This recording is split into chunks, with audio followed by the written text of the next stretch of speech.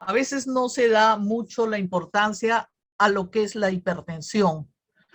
La hipertensión podría ser una enfermedad silente y a veces cuando a la persona no se le diagnostica de manera adecuada puede tener complicaciones importantes. En esta oportunidad me han invitado la licenciada Olga Cirilo a dar la charla sobre hipertensión y diabetes. Hay algunas nociones muy importantes que tenemos que saber sobre esto, sobre todo la población diabética. Sabemos que la hipertensión es prevalente a medida que uno avanza en edad. La frecuencia de la hipertensión y las tasas varían de acuerdo a diferentes factores, como vamos a verlo posteriormente. Pero en el paciente diabético es muy relevante porque nosotros sabemos que cuando se diagnostica diabetes, acá tenemos la figurita de alguien tomando la glucosa con el glucómetro, que es, digamos, la acción, una de las acciones más importantes que nosotros tenemos en el paciente diabético. Ya el 50% de los diabéticos recién diagnosticados se les diagnostica hipertensión. Entonces, es una comorbilidad o un hallazgo adicional de una patología adicional que se debe descartar en todo paciente diabético. Y vamos a observar también que la hipertensión no solamente significa una tomada de presión, soy o no soy. Tenemos que descartarla siempre. Como les digo, esto conlleva a múltiples enfermedades, a múltiples complicaciones y debemos tenerla presente para diagnosticarla a tiempo y tenerla muy bien controlada. Entonces, como les decía, es común en los diabéticos y es sencillo de diagnosticar, pues necesitamos un tensiómetro. El más importante y el más certero es el que uno tiene en consultorio, el de manguillo que se presiona, el de mercurio, etcétera. Pero estos aparatos, monitores de glucosa que tenemos en casa también nos ayudan mucho. Hay que tenerlo bien controlado. Muchas veces yo les sugiero a mis pacientes, cuando usted vaya al consultorio y si tiene su tensiómetro, pues cada 4 o 6 meses lleve su tensiómetro al consultorio para que el médico haga una medida simultánea con su tensiómetro digital y con el tensiómetro del médico a ver si tienen una medida similar. Entonces, como les decía, la hipertensión es común entre los diabéticos. La mitad de los diabéticos recién diagnosticados se les diagnostica hipertensión o ya tenían la hipertensión previamente. Este es un punto importante. A veces la persona con diabetes tiene el antecedente de haber sido hipertenso varios meses o años antes. Entonces, por ejemplo, si yo tengo un paciente con factores de riesgo para diabetes, es decir, tiene familia diabética, está subido de peso, está inactivo, etcétera, y ya me debuta con hipertensión, y le hago sus pruebas de glucosa y me salen bien, pero esa persona con riesgo de diabetes e hipertensión puede estar ya primero debutando con hipertensión y posteriormente hacer diabetes. Entonces, en el paciente con riesgo de diabetes que me debuta con hipertensión, yo tengo que tomar todas las medidas adecuadas para que no desarrolle diabetes y esa hipertensión esté bien controlada. ¿Quién es más hipertenso? Pues esto varía, ¿no? De acuerdo a la edad. A más edad, más hipertensión. En algunos lugares, de acuerdo al sexo, de acuerdo a la etnia. Pacientes de raza negra, quizás más un grupo de hipertensión.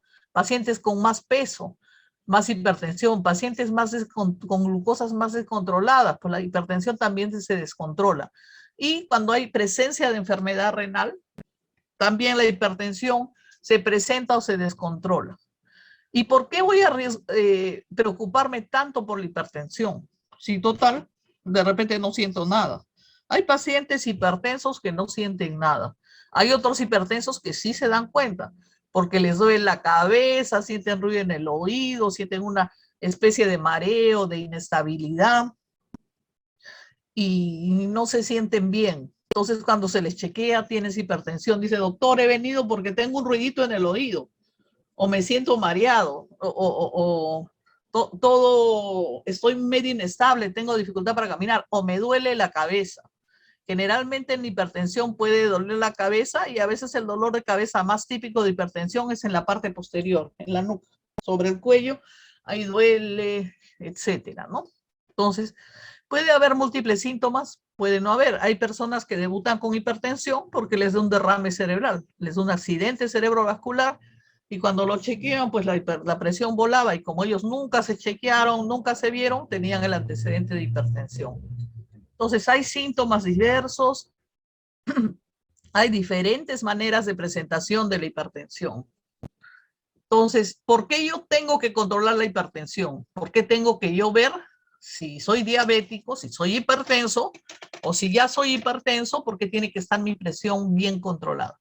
Primero, porque se ha detectado que la hipertensión es un factor de riesgo muy importante para lo que conocemos con este término muy raro acá que dice enfermedad cardiovascular aterosclerótica. De repente ese término, pues yo no me lo voy a tener de memoria, pero si yo les digo la hipertensión es un fuerte factor de riesgo para que te dé un infarto o para que te dé un derrame cerebral, sí lo vamos a entender. También para insuficiencia cardíaca, es decir, este factor de riesgo que produce que el corazón ya no bombee bien y ya nos cansemos, tengamos los pies hinchados, me canso, mi corazón ya no funciona bien. Y para complicaciones microvasculares en la diabetes. ¿Qué significa esto? Un diabético, si está controlado con la diabetes, el riesgo de enfermedades microvasculares, ¿cuáles son las enfermedades microvasculares? Los problemas de riñón, de retina, los problemas de amputación del pie, todos esos problemas se llaman las complicaciones microvasculares de la diabetes. Entonces, si un paciente no está bien controlado de su glucosa y de su presión, el riesgo de que se le dañe la retina, que se quede ciego, que se le dañe el riñón, que acabe en diálisis, que se le dañe que se le produzca la neuropatía en los pies es muy alto. Entonces, no solamente por los síntomas, sino si yo no tengo mi presión controlada, pues voy a tener mayor riesgo de un infarto, de un derrame cerebral, de una angina de pecho, de una insuficiencia cardíaca, de una insuficiencia renal crónica, de ceguera, de amputación de piernas. Entonces, no solamente diabetes significa glucosa bien controlada, diabetes significa presión bien controlada también. Y nosotros sabemos que la principal causa de mortalidad en los diabéticos tipo 2 son los problemas macrovasculares, es decir, los problemas de infartos, derrames. Esa es la principal causa por la que fallecen los pacientes diabéticos tipo 2. No es que fallecen por coma diabético, por hipoglicemia, por infecciones, también son causas importantes de fallecimiento, pero la principal causa por la que fallecen los diabéticos son infartos, anginas, isquemias, derrames. Y ahí está muy inmiscuida una hipertensión no bien controlada. Entonces, el diabético tiene que saber si es hipertenso. Si es hipertenso, tiene que controlar muy bien la presión arterial. Y también muchos estudios han demostrado que la terapia antihipertensiva, es decir, tener una presión muy bien controlada, va a reducir estos eventos cardiovasculares, es decir, los infartos, los derrames y la enfermedad microvascular. Entonces, es importante que quede claro este concepto. Diabetes no solamente es glucosa, sino diabetes también es presión bien controlada. Muchos estudios hechos hace más de 10 años en grandes poblaciones han demostrado esto. No es algo que está por comprobar, está demostrado. Entonces, ¿cómo definimos la hipertensión? Decimos que la hipertensión es una presión sostenida mayor de 140/90 milímetros de mercurio. A veces nosotros cuando decimos, los pacientes están acostumbrados a decir una presión mayor de 14/9. Entonces, hay que recordar que 14/9 es igual de que decir 140/90. En nuestro tensiómetro va a demostrar 140/90. Pero estamos acá teniendo un terminito que hay que recordarlo.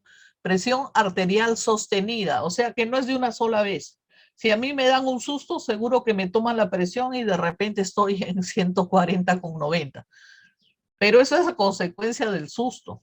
Por eso es una presión sostenida, no es una tomada solamente. Y no sé si ustedes han oído la hipertensión de bata blanca, aquella en la que van a su control del médico, a la consulta, y de repente le encuentran una presión 150-100. Entonces ahí viene el temor, uy, ya soy hipertenso. Pero van a la casa con su aparatito, se toman y está más baja. No tienen tratamiento. Se van a la farmacia, está más baja. Pero cada que vuelven al médico, la presión está alta. Eso se llama hipertensión de bata blanca. Es decir, una hipertensión que se produce por el estrés. Yo estoy con el médico, estoy angustiado, no sé cómo estarán mis análisis, qué me va a encontrar, etcétera. Me toman la presión y está alta. Algunos colegas lo que hacen es hacerlo descansar al paciente, relájese, le conversan, le vuelven a tomar y se suele ver que baja. Después de unos minutos, 5 o 10 minutos o al final de la consulta, ¿no? Que ya baje el estrés y le baja. O uno en casa con su aparato de monitoreo de presión arterial, su tensiómetro digital, se puede medir. Pero como les decía anteriormente, hay que observar que ese tensiómetro esté bien. Entonces, por eso sugerimos nosotros que cuando tenemos un paciente diabético recién diagnosticado, lo vemos por primera vez, le sugerimos. En casa tienen que tener un glucómetro para que se mida su glucosa y un tensiómetro para que se mida la presión de manera ambulatoria. Tan es así que si yo me siento mal en casa, tengo algo, digo, ¿qué seré? ¿Qué tendré? Si yo me tomo la glucosa y veo que está bien, me tomo la presión arterial, en los tensiómetros digitales también sale la frecuencia cardíaca, el pulso. Me tomo el pulso y veo que está dentro de rango. Bueno, yo ya estoy alejando estas causas por las que me siento mal. Tendría que buscar otra. Porque cuando nosotros nos dicen, doctor, estoy llamando porque me siento mal, tengo mareo, lo primero que pregunto, ¿se ha hecho su glucosa? ¿Se ha tomado la presión? Entonces, si uno nos puede adelantar con este dato, podemos pensar en algún otro factor que lo esté descompensando. Entonces, nosotros tenemos algunas normas. Primero, que en cada consulta que tengan usted, sobre todo si es con el endocrino o el cardiólogo, deberían tomarle la presión arterial. Y esta regla debería ser general para todas las especialidades. Es cierto, yo no lo voy a negar, hay muchos colegas que cuando uno le pregunta al paciente, ¿ha ido usted al ginecólogo, al reumatólogo, al neurólogo? ¿Le tomó la presión? Y muchos responden que no. Pero todos los médicos en el consultorio deberíamos tener un tensiómetro. Entonces, si ustedes van a la visita, no tienen su tensiómetro digital y quieren saber cómo está su presión arterial, tienen todo el derecho de pedirle al médico, por favor, tómeme la presión arterial.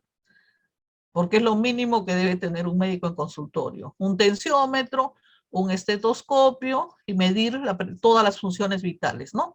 Así sea la especialidad que sea. Eso debería darse con norma. Claro, a veces no todos lo tenemos, pero bueno, es algo que ustedes pueden pedir.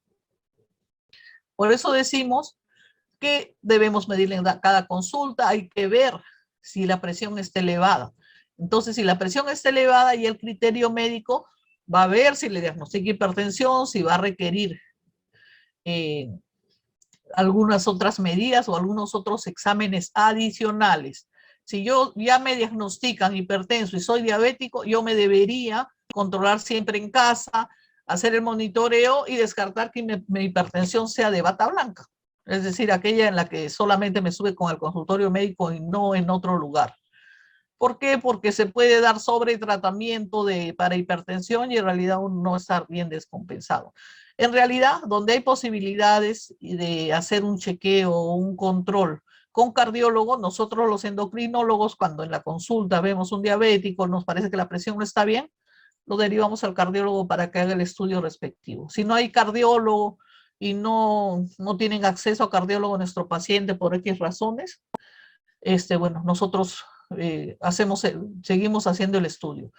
Pero lo ideal es que todo paciente diabético recién diagnosticado sea derivado al cardiólogo para un electro que le haga sus pruebas adecuadas y para el oftalmólogo para que vea fondo de ojo, presión ocular y ver si hay lesiones oculares, ¿no? Entonces, eso es lo ideal, pero si no, hay otras maneras de descartar que una persona tenga hipertensión arterial. Nosotros también hemos visto que o ustedes de repente han tenido posibilidad de ver este aparatito que se llama, no sé si alguna vez han oído que les han dicho, le voy a poner el mapa. El mapa es el monitoreo continuo de la presión arterial.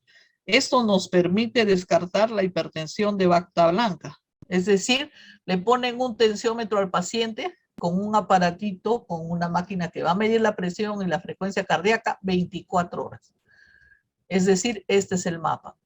Y eso nos va a dar una lectura que la vamos a leer en computadora y nos va a decir cómo ha estado la presión arterial las 24 horas del día. Vemos si las subidas se dan relacionadas a algún estrés o una hipertensión sostenida o si su presión está baja. Entonces, esto a veces ayuda pues a despejar muchas dudas diagnósticas. A veces no se los colocan a todos, pero ustedes tienen que saber que existe esta posibilidad. Ya que hemos hablado de presión y diabetes, también señalarles que hay un término que conocemos, la hipotensión ortostática. La hipotensión ortostática es una bajada o caída de presión que se da cuando uno cambia de posición. O sea, yo estoy echado sentadito y de repente me paro bruscamente y me mareo un poco.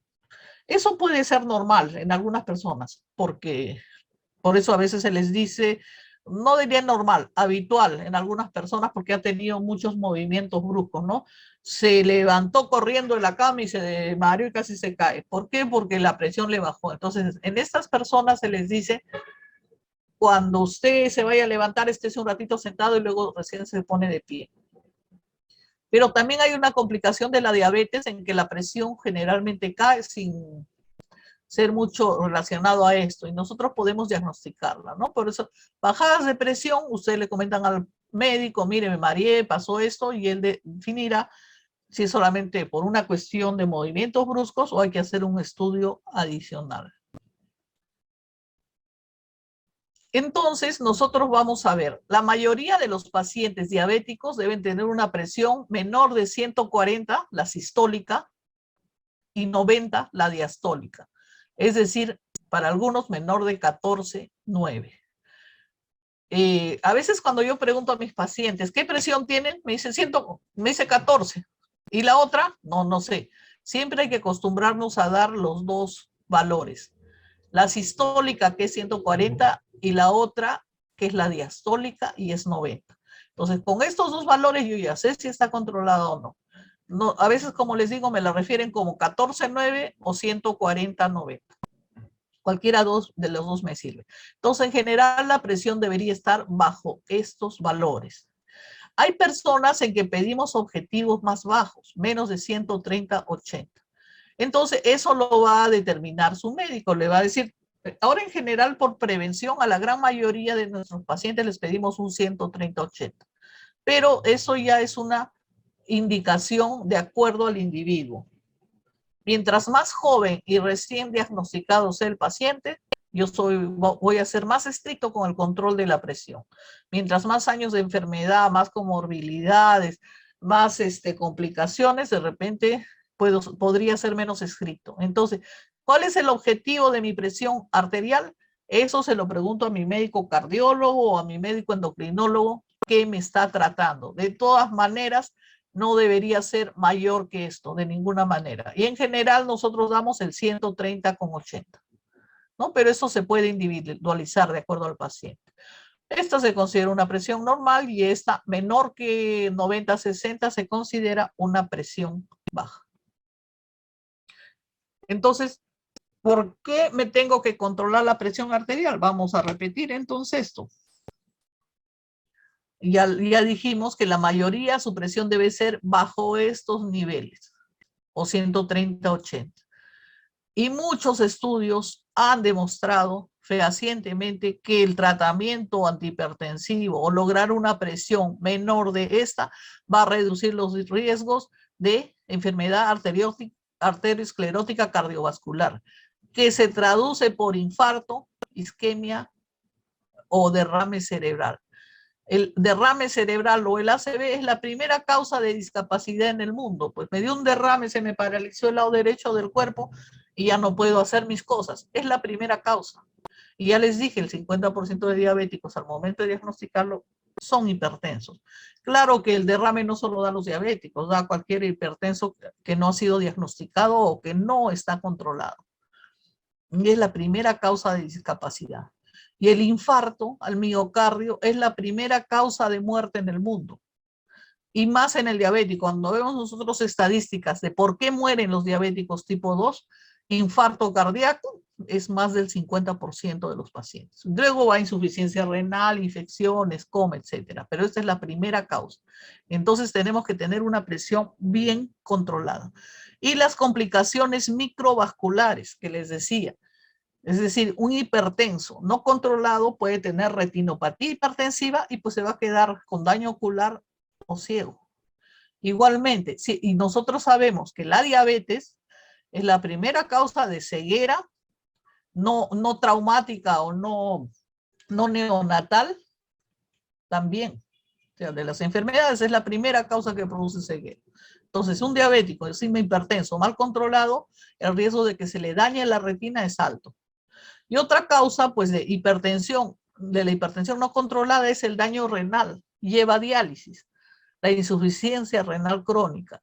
Y estos daños en una etapa inicial no dan síntomas. De repente uno debuta y cuando se va a chequear su riñón ya no funciona. Y se dan cuenta que la presión está mal y que la glucosa está mal, etcétera. Y otro punto importante también, cuando a alguien se le daña el riñón por un mal control de diabetes o de presión arterial, la presión muchas veces tiende a subir más. Y hay que ser muy estrictos o más medicamentos, etcétera. Entonces nosotros deberíamos estar en una etapa previa, prevenir todo esto. No cuando me dé el infarto, uy, ya me tengo que cuidar, mejor no como sal, mejor mi presión, me compro mi aparato. No, es mejor hacerlo antes. Soy diabético, sé que el diabético tiene riesgo de ser hipertenso y la hipertensión me va a llevar a más enfermedades. No, cumplo con lo que me han indicado, tomo mis antihipertensivos, me controlo la presión. Entonces estos riesgos se van a minimizar. Porque, como les digo, en etapas iniciales síntomas no les va a dar. Ya a veces cuando ya el daño es irreversible, recién nos vamos a dar cuenta. Entonces tenemos que hacer prevención. Esto es lo que les decía anteriormente. ¿Cuál es mi meta de presión arterial? Eso lo va a establecer su médico tratante. Entonces, ¿en quiénes yo voy a ser más estricto?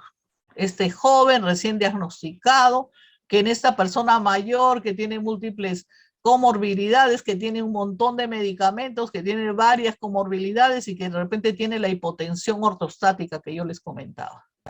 Pero esto lo establece su médico. Por eso es que cuando ustedes vayan a su consulta, decirle, doctor, ya sé que soy hipertenso o no soy hipertenso, ¿cuál debería ser mi presión máxima, mi presión mínima?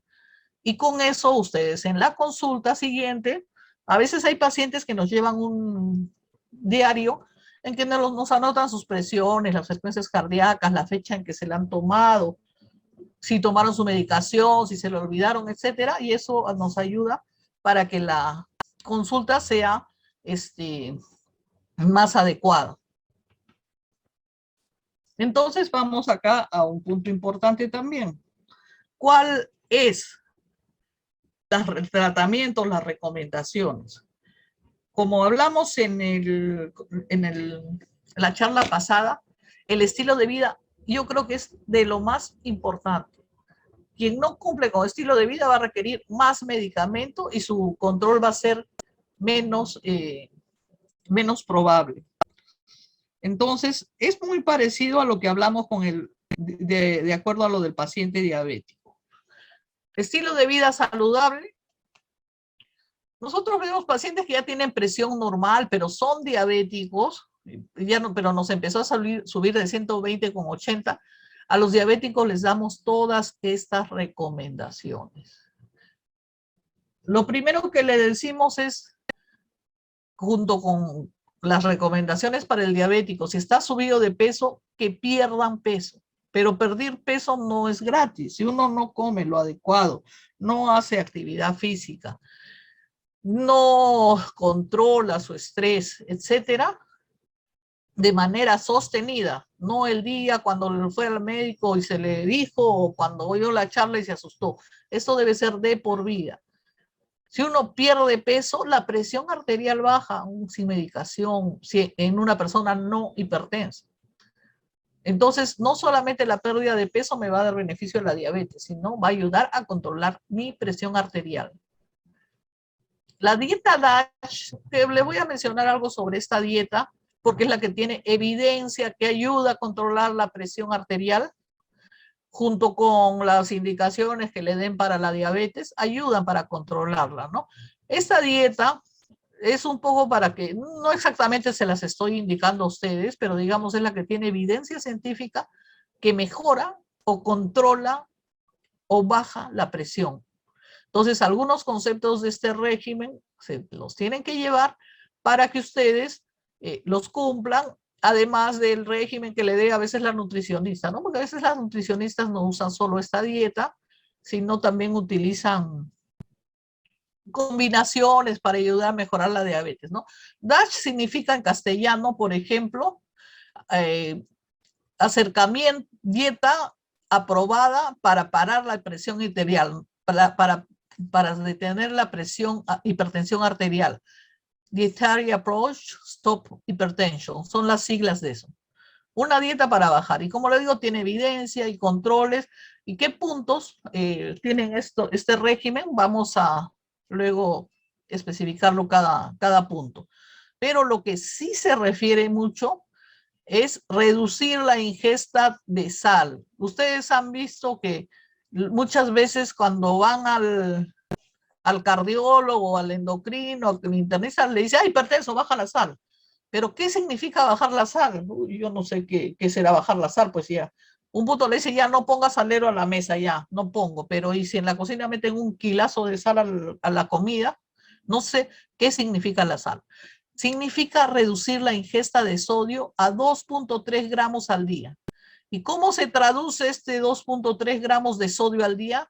Significa una cucharadita de sal en todo el día, en todos sus alimentos. Más que eso no se debería comer. Y si uno baja más de esos 2.3 gramos, mejor todavía para controlar la presión arterial.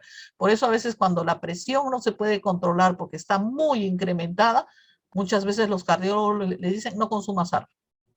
Pero cuando uno es hipertenso no debería superar la ingesta de una cucharadita de sal en todos sus alimentos durante todo el día. Entonces, a veces, ¿qué se sugiere? Cocina con mínima sal para toda la familia, y si alguien quiere, pues que no es hipertenso y quiere más sal, que use su salero, pero usted ya no. Esa es la cantidad máxima de sal que debería comer al día. Y aumentar la ingesta de potasio. Muchas veces muchos alimentos, ¿no? Dicen plátano, naranja, uy, pero plátano, soy diabético.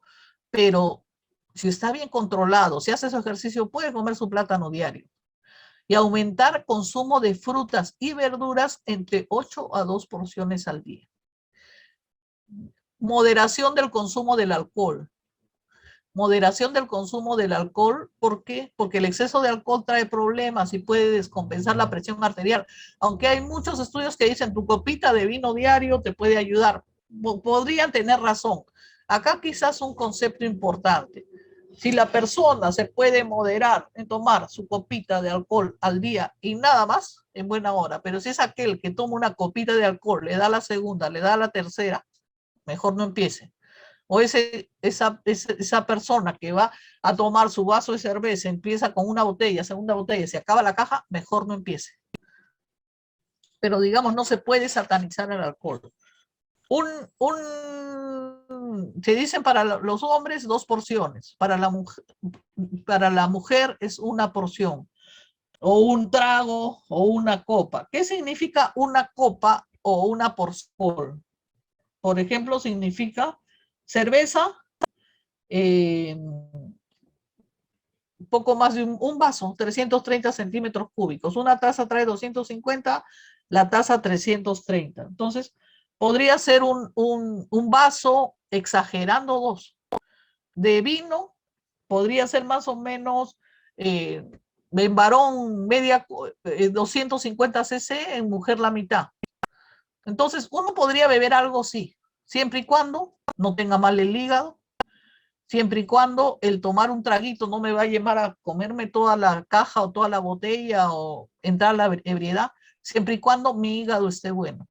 podría ser, ¿sí? Domingo, qué sé yo, festejo y me tomo mi copa de vino de vez en cuando, podría. Pero esto, como les digo, como hay factores en los que nosotros tenemos que especificar, que de todas maneras que su médico se lo aclare. No, señor, usted no debe tomar una gota de alcohol, pero la doctora me dijo, no, usted no, hagan caso al médico tratante porque a usted lo conoce más. Yo doy medidas generales, ¿no? También hay que revisar qué medicamentos toma el paciente. Hay muchas hierbas de venta libre que dicen, uy, no voy a decir marcas, pero ustedes ya las conocen, me tomé mi esto, que dicen que es bueno, a veces tienen sustancias que suben la presión.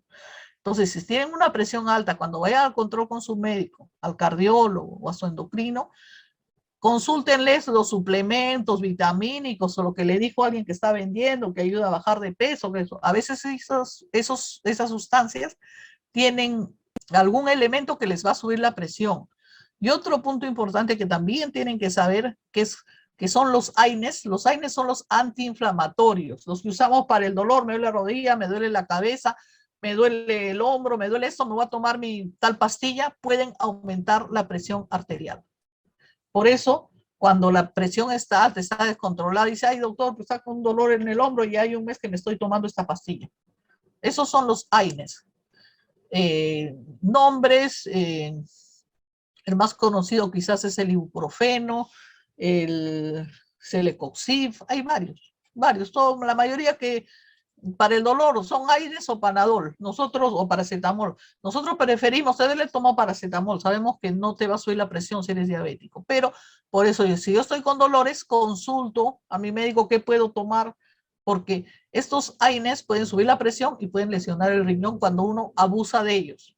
A veces hay pacientes que por años le duele la columna porque tienen lumbalgia, porque tienen su hernia, porque a ver, me tomo mi antiinflamatorio y ya estoy contenta. Y años de años, luego presión no controlaba o se les acabó lesionando el riñón. Entonces, no es que sean medicamentos inocuos. Si ustedes van a su consulta, todas esas dudas las tienen que hacer con su médico.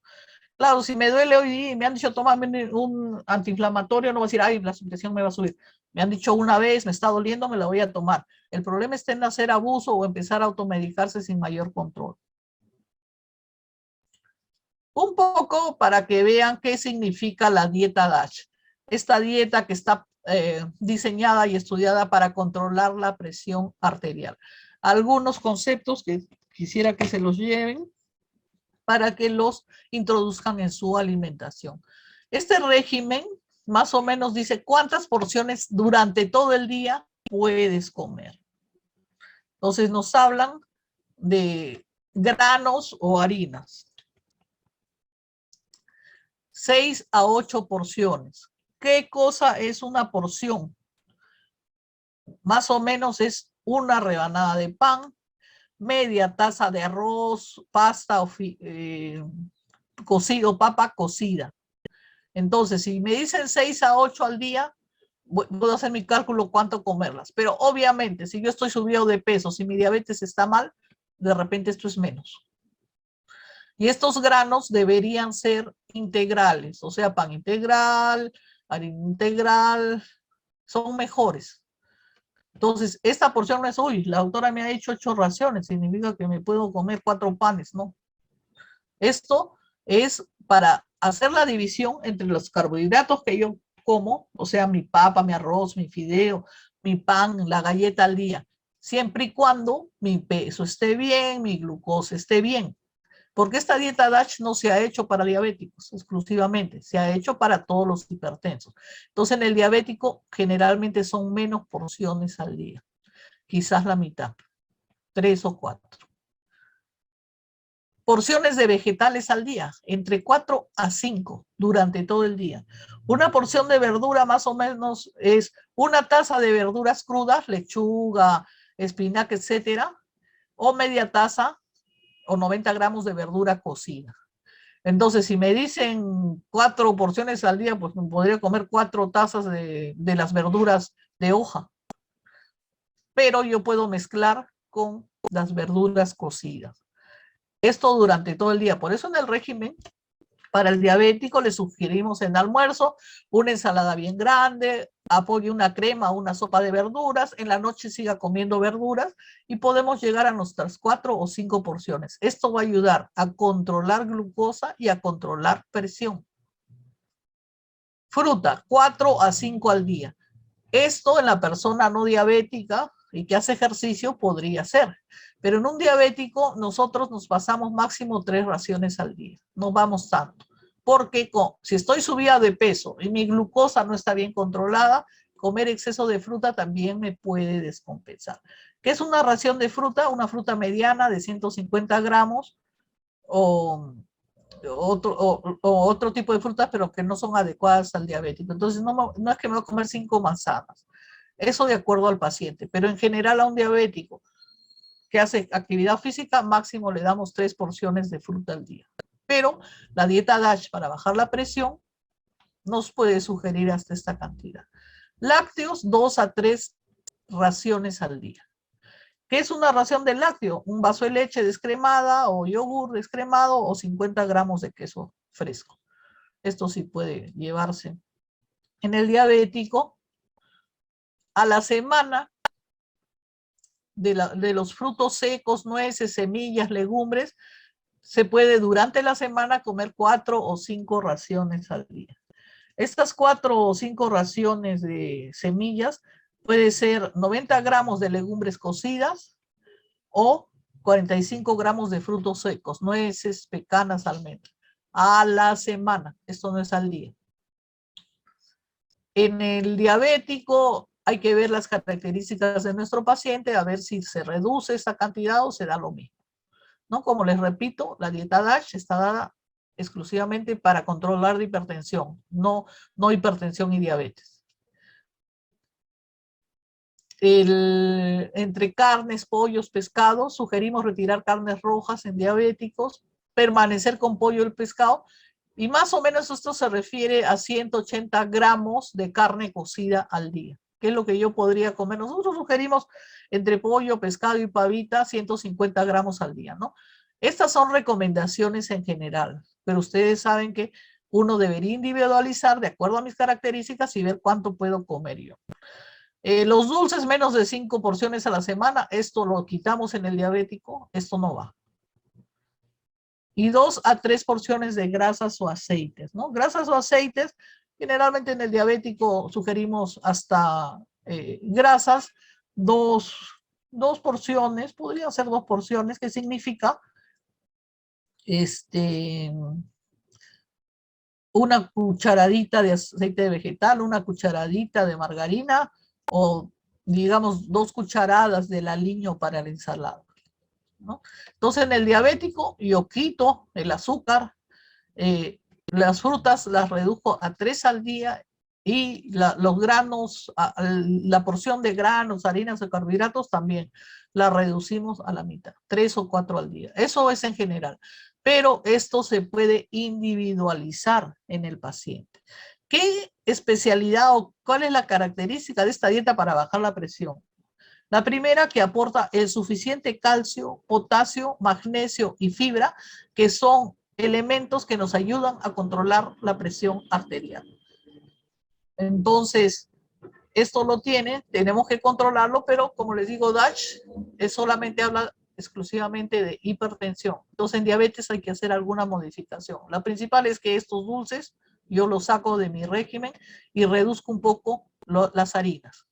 No 6 a 8, menos. Que esas sean las principales. Esta es la misma, lo que estamos repitiendo. Entonces, para seguir la dieta con un programa de 2000 calorías, 2000 calorías, digamos, generalmente es la que ingiere una persona diabética con un peso adecuado. Si está subida de peso, las calorías bajan a 1500, 1000. Eso de acuerdo ya al paciente. Por eso les digo, esto no es una receta general para todos ustedes.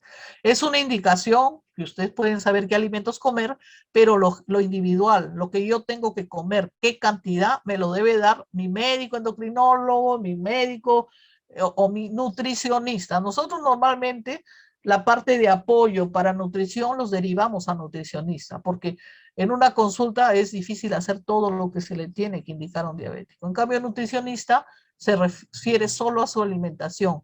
Usted es diabético, es hipertenso, tiene daño renal, tiene el hígado graso, tiene todo eso, entonces le debería preparar así la lista de alimentos que uno debe comer para mantener todas estas patologías muy bien controladas.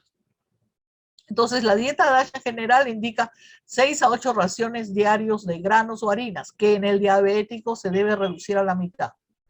4 o 5 raciones de vegetales y frutas. Vegetales, perfecto, nos quedamos con 4 o 5, pero frutas generalmente no subimos más de 3, evitando las frutas, los extractos o los jugos. La fruta es mejor entera o picada, las enlatadas, ¿no? Nuestro durazno al jugo de Navidad. Los lácteos, sí, 2 o 3 raciones de lácteos bajos en grasa, que hemos dicho que puede ser yogur, leche o queso fresco. 6 raciones o menos. Bueno, carne de res nosotros no la sugerimos en el diabético. Sugerimos más o menos 150 gramos de carne de ave o pescado durante el día. Se deberían consumir 4 o 5 raciones de nueces, semillas de legumbres a la semana. Que esto tiene bastantes oligoelementos, magnesio, por ejemplo, que ayudan a controlar la presión. Pero estas raciones, generalmente 45 gramos de nueces, que nuestra mano sobra para él, porque comer mucho de estos frutos secos sube de peso. Entonces no se come mucho, y hablamos semanal. Semanal hemos dicho entonces 45 gramos de nueces, un aprox para que ustedes tengan una idea de cuánto es 45 gramos de nueces. Dulces las hemos prohibido en el diabético. Y los creadores de esta dieta DASH sugieren limitar la ingesta de sodio a 2.300 miligramos por día. ¿Cuánto es esto de 2.300 miligramos de sodio al día? Es una cucharadita de sal durante todo el día, que es lo máximo que deberían ustedes consumir de sal. Si es menos, mejor. Y si uno quiere un mejor resultado, se debería bajar a 1.500, o sea 3/4 de cucharadita. Entonces, lo que acá se puede hacer es, la persona que cocine, decirle cocina muy bajo de sal. Y uno no usar salero en la mesa. Entonces, ¿cómo saber cuánto me están poniendo de sal? Bueno, que mida la primera vez. Si estoy cocinando para 4 personas y es la única sal que voy a comer, la del almuerzo, 4 personas, y me han dicho la doctora que máximo una cucharadita, pues máximo 4 cucharaditas en la comida que estás poniendo, un poco menos. Si al resto de gente que está comiendo su alimento le parece bajo de sal, pues que le eche ellos, no sé, si son sanos, de repente pueden usar un poco más. Pero uno tiene que controlar esto. Y como les digo, generalmente todos ustedes deben haber oído que cuando van al médico le dicen, eres hipertenso, baja la sal. Pero uno dice, ¿a cuánto la va a bajar? Bueno, esa es la cantidad. Una cucharadita máximo al día en todas las comidas que come con sal. No solo en el almuerzo, porque si en el desayuno me como mi palta, le echo sal. En la noche me como mi guiso, le echo sal, yo tengo que hacer el cálculo que durante el día no me pase la cucharadita de sal. Se ha visto que la sal reduce la presión sistólica, o sea, la sistólica es la mayor, la de, por ejemplo, 120/80, la de 120 la reduciría solo bajando la sal 5 milímetros de mercurio. Entonces, si yo tengo 140, 90, bajar la sal me va a reducir el 140 a 135. Y la diastólica, de 140 a 90, la diastólica vendría a ser la de 90. Solo bajando la sal, voy a reducirla 3 puntos. O sea, solo bajando la sal, alguien de 140 con 90 puede bajar a 135 con 86, 87. La ingesta diaria normal de sal es 4.6 gramos. O sea, generalmente las personas en sus alimentos, en estudios, personas que comen sal de manera normal, comen el doble de sal, o sea, 2 cucharaditas al día. Nosotros tenemos que bajar esa ingesta a la mitad, a una cucharadita de sal, que son 2.3 gramos de sodio al día. Entonces, este es un punto importante que voy a empezar a controlar para que mi presión mejore. Y si lo reduzco para toda la familia, mejor, porque la familia no tiene que acostumbrarse a comer mucha sal. Ustedes saben que lo de la sal es una cuestión de gusto, ¿no? Si uno está acostumbrado a comer con mucha sal, los primeros días o semanas que come bajo de sal, sufre porque le parece horrible la comida, pero después de un tiempo se acostumbra y ya le parece bien. Y cuando echan mucha sal ya no la quiere comer. Entonces es cuestión de tener la voluntad, bajarla y tratar de acostumbrarse. Es importante la actividad física. Ya hablamos, para la diabetes es muy importante. Entonces, para la hipertensión, sí. Es importante porque controla la presión. Sobre todo que mejora mucho también la parte emocional. Y ustedes como han visto, como comentamos la última vez, la diabetes puede, la glucosa puede aumentar por estrés, pero la presión también por estrés puede aumentar. La actividad física es algo que nos relaja, nos hace respirar mejor y nos baja la presión. Entonces, en todos los pacientes, 30 a 45 minutos de caminata enérgica, la mayoría de días por semana, disminuye la presión arterial y obliga a ajustar la dosis de los antihipertensivos, beta bloqueadores, y puede reducir la capacidad máxima de ejercicio. No, disculpe, obliga a ajustar la cantidad de antihipertensivos. ¿Qué significa? Que si yo hago mi caminata, nos habla de una caminata enérgica, pero uno lo hace de acuerdo a sus capacidades. Por eso, ¿qué ejercicio vas a hacer? ¿Qué cantidad, con qué energía? De acuerdo a la persona que estoy viendo. Pero en general se dice 30, 40 minutos de caminata, la mayoría de días por semana. Algunos dicen 5 días, pero lo ideal es que sea todos los días. Bueno, habrá días que no puedo, entonces la mayoría de días que yo pueda hacer mi ejercicio.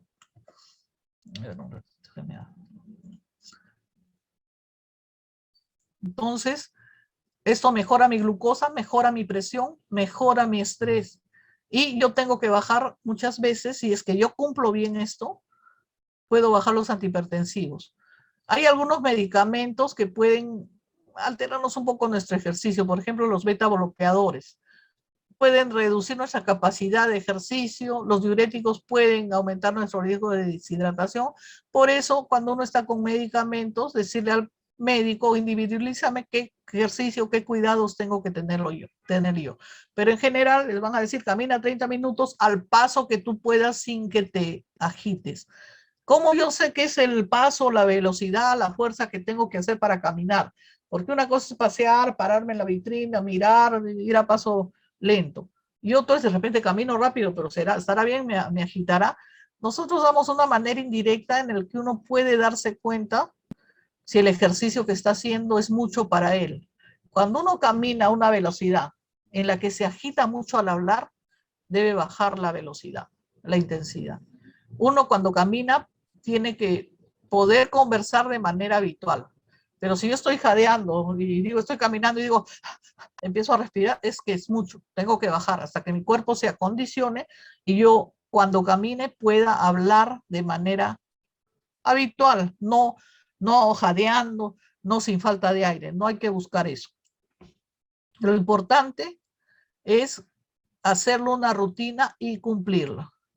El perder peso, yo ya les decía, también nos mejora mucho el control de la presión arterial. Por la pérdida de 1 kilo de peso se asocia a la disminución de la presión arterial de aproximadamente 1 milímetro de mercurio. Entonces, si yo perdí 10 kilos porque tengo súper exceso y tenía mi presión 140-90, pues bajando 1 kilo voy a bajar, o bajando 10 kilos voy a bajar 10 puntos, 130-80. Perfecto, de repente no necesito bajar tanto, pero bajando de peso también está asociado a la baja de presión arterial. Hay una patología que de repente han ustedes oído, la apnea del sueño. La apnea del sueño es a aquellos pacientes que cuando están durmiendo roncan y se quedan en momentos sin respirar. O sea, están sin respirar y luego se sacuden y vuelven a respirar. Esa es una complicación que se ve en las personas, sobre todo cuando están muy subidas de peso. Eso hay que tratarlo. Y el tratar esta apnea del sueño va a mejorar la presión arterial. Entonces, si ustedes se dan cuenta que en la noche roncan y la esposa o el esposo les dice, oye, tú te quedas un rato sin respirar, porque te veo ahí y de repente te sacudes y sigues respirando, puede que tengan esta apnea del sueño. Entonces, esto se lo tienen que comunicar a su médico. ¿Qué voy a evitar? Ya les dije, sal. El café es algo controversial. Algunos dicen café estricto te puede subir la presión arterial. Entonces, este café, usted le tiene que preguntar a su cardiólogo si es hipertenso, si puede tomarlo o a cuánto lo pueden reducir. Muchas veces al hipertenso se les dice toma tu café descafeinado, ¿no? Pero esto es de acuerdo al paciente, se lo tienen que consultar con tu médico. Como le digo, los hallazgos con café son controversiales. Azúcar, el diabético no debe comer. Hablamos del alcohol. El alcohol, hablamos una medida en la mujer, 2 medidas en el varón, diarias, pero aquel que tenga triglicéridos altos, daño hepático, o aquel que cuando empieza con un vasito no puede parar, no debe ingerir alcohol. Y evitar las grasas saturadas, ¿no? Las grasas saturadas generalmente son de origen animal, mi mantequilla, mi chorizo, mi chicharrón o los alimentos fritos generan mucha grasa saturada. Tratar de evitar esto que nos va a ayudar a controlar la glucosa y la presión. Entonces, si tenemos un paciente con una hipertensión confirmada, además del estilo de vida que hemos conversado, debe recibir terapia farmacológica para alcanzar los objetivos de su presión arterial. Yo ya les dije que los objetivos son individuales. El médico tiene que establecer, tiene que ser menos de 140/90, obviamente.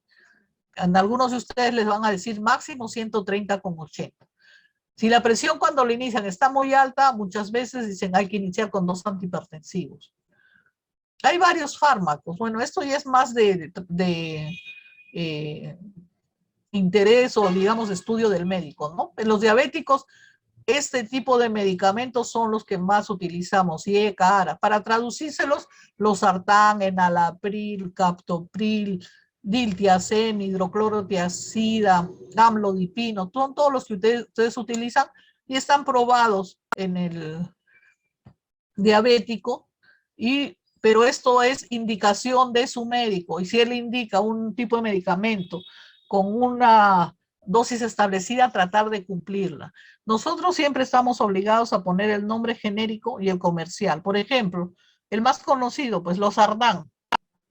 Losartán es el genérico. De repente el de marca, les daré una marca, pues Losarcor. Entonces, a veces nosotros ponemos losartán, 50 miligramos, una tableta mañana y noche. Y entre paréntesis podemos sugerir algo de marca.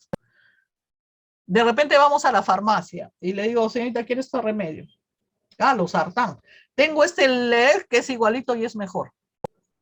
Lo que tiene que usted ver es que sea una farmacia establecida, que tenga todo lo de la ley, no a veces un ambulante que vende cualquier cosa.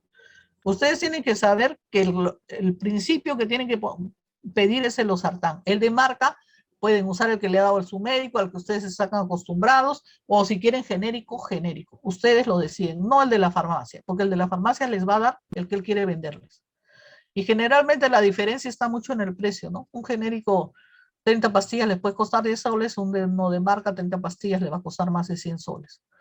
Entonces hay gente que dice, quiero de marca, quiero asegurarme, yo puedo pagarlo en buena hora. Pero si tengo un genérico bien demostrado, que estoy bien controlado, etcétera, pues me voy a comprar ese. No, porque normalmente ustedes han haber visto en farmacias, uno va con su receta genérico y de frente le dan algo de marca que ellos tienen y que cuesta el triple. Y que no es el mejor, porque los de marca mejores son los originales, pero ellos dan los que ellos tienen. Entonces siempre aclarar, esto, me han dado este medicamento, que es el genérico, quiero este, bueno, doctor me sugirió este de marca, veré cuánto cuesta, veré si puedo, o en la farmacia, pero uno decide qué tomar. Muchas veces, a veces la presión no se controla bien por el medicamento. Lleven su medicamento, el que están tomando, y consúltenle a su médico. Eso es lo que estoy tomando. ¿Está bien? Sí, en buena hora. Y entonces, ¿qué medicamento usar? ¿Qué genérico? ¿Qué dosis? ¿En qué momento? Es indicación de su médico y ustedes deberían cumplirlo, ¿no? Hay nosotros medicamentos que damos si hay daño renal, que combinamos, etcétera, ¿no? Pero eso ya es indicación del médico. Entonces, ¿qué conclusiones tenemos? Ya para resumir, lo que se ha conversado el día de hoy, que la hipertensión es un factor fuerte de riesgo para enfermedad cardiovascular aterosclerótica. ¿Cómo se traduce eso? Infartos, derrames. Para insuficiencia cardíaca, ¿cómo se produce eso? Edema de miembros de tobillos, falta de energía, fatiga para caminar, el corazón ya no bombea bien, y complicaciones microvasculares, daño en retina, daño en riñón, que son las principales causas de morbilidad y mortalidad en los diabéticos. Entonces, tenemos que controlarlos. Se debe medirse en cada consulta. Si es más de 140/90, debería confirmarse para diagnosticar, acá hacer el paso que le indique su médico. Y en caso de sospecha, debe controlarse en el hogar para descartar la hipertensión de bata blanca. Como les digo, esto es en general para los hipertensos, pero les repito que el 50% de diabéticos al momento de ser diagnosticados ya son hipertensos. Por eso tenemos más cuidado en nuestros pacientes diabéticos. La hipotensión ortostática, como les decía, aquella que se les baja la presión al realizar movimientos bruscos. Si ustedes tienen aparatos, se miden y el real les ha bajado o se sienten mal, comuníquenselo a su médico. La mayoría de pacientes, su objetivo es 140/90, pero se puede individualizar en algunos pacientes y decir que su presión máxima debe ser 130/80. Ustedes se lo preguntan a su médico. ¿Cuál es mi máxima presión arterial? Señor, usted no debe ser más de 130/80. De repente llego a mi casa, cansado de haber estado todo el día, me tomo y está alta. Entonces tengo que descansar y volver a medir. De repente bajó. De repente me dan una mala noticia, está alta. Relajarme y ver cómo bajó. Tenemos el mapa, el monitoreo ambulatorio de presión arterial, que puede servir para estudiar, pero eso ya el médico se lo indicará. Tratamiento incluye pérdida de peso, dieta DASH, que es exclusivamente para hipertensión, pero hemos hecho algunas modificaciones para la diabetes, reducir la ingesta de sodio a 1 cucharadita al día, aumentar el consumo de potasio, el consumo de frutas y hortalizas, aumentarlo, moderado consumo de alcohol y aumento de la actividad física. Si la presión es más de 140/90 de manera sostenida, deben recibir terapia farmacológica, ¿no? Y si es más alta, 2 antihipertensivos. Pero, como les digo, esto ya es un manejo individual que su médico establecerá, y sobre todo, esto es para hipertensos en general. En el diabético hay que ser más estrictos. Los fármacos con eficacia para reducir los eventos cardiovasculares, los IECA, ARA2, tiazida, como les decía, los sartán, enalapril, captopril, hidroclorotiazida, amlodipino, etcétera, ¿no? Son la mayoría de los que usan ustedes.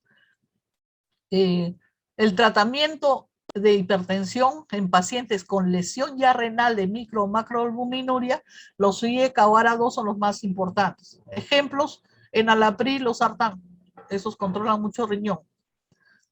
Y los que son hipertensos deberían tener su monitoreo, su tensiómetro digital en casa para que controlen la presión en casa.